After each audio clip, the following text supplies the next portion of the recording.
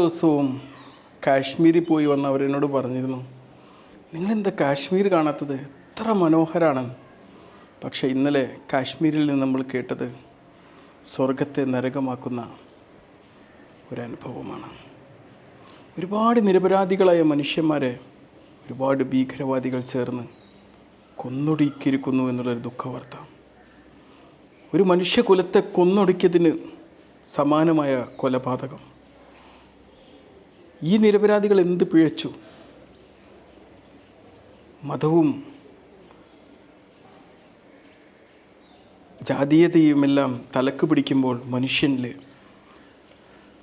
ഒന്നിനോടുള്ള ഇഷ്ടം മറ്റൊന്നിനോടുള്ള വൈരാഗ്യമായി മാറുമ്പോൾ അത് വിദ്വേഷത്തിൻ്റെയും ഭീകരതയുടെയും വർഗീയതയുടെയും ക്യാൻസറായി മാറുമ്പോൾ മനുഷ്യന് കണ്ണും കാതും യുക്തിബോധവും നഷ്ടപ്പെടുന്നു. അതിൽ നിന്ന് പോലുള്ള ആക്രമണങ്ങളുണ്ടാകുന്നു.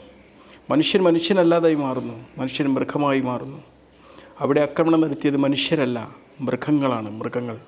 മൃഗങ്ങൾ എന്നും പറഞ്ഞുകൂടാ. മൃഗങ്ങൾക്കുണ്ട് അത്യാവശ്യം തിരിച്ചറിവൊക്കെ. അതുമില്ലാത്ത കൊടും ഭീകരരായ മനുഷ്യന്മാർ. തീർച്ചയായിട്ടും മനുഷ്യർക്കിടയിൽ എന്നും നന്മയും സ്നേഹവുമുണ്ട്. ഇതുപോലുള്ള ഭീകരന്മാർ മനുഷ്യർക്കുള്ള വിദ്വേഷവും വൈരാഗ്യങ്ങളും അകൽച്ചകളും ഉണ്ടാക്കുമ്പോൾ ഇവിടെ മനുഷ്യന് ശാന്തതയും സ്വസ്ഥതയും സമാധാനവും ആനന്ദവും നഷ്ടപ്പെടുന്ന അവസ്ഥകളുണ്ടാകുന്നു.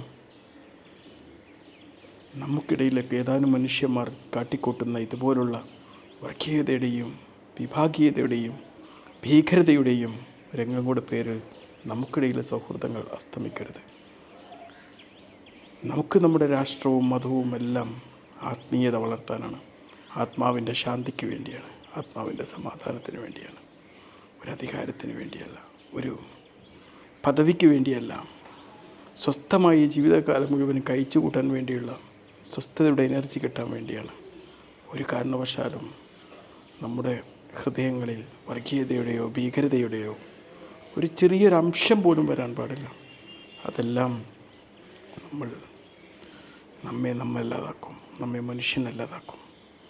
എന്തായാലും ഇവിടെ മരണപ്പെട്ട സഹോദരന്മാർ കാരുണ്യവാൻ അവൻ്റെ സ്വർഗം നൽകി സമ്മാനിക്കട്ടെ എന്ന് ഞാൻ പ്രാർത്ഥിക്കുകയാണ്. അവരുടെ കുടുംബങ്ങൾക്ക് ശാന്തിയും സമാധാനവും നൽകട്ടെ.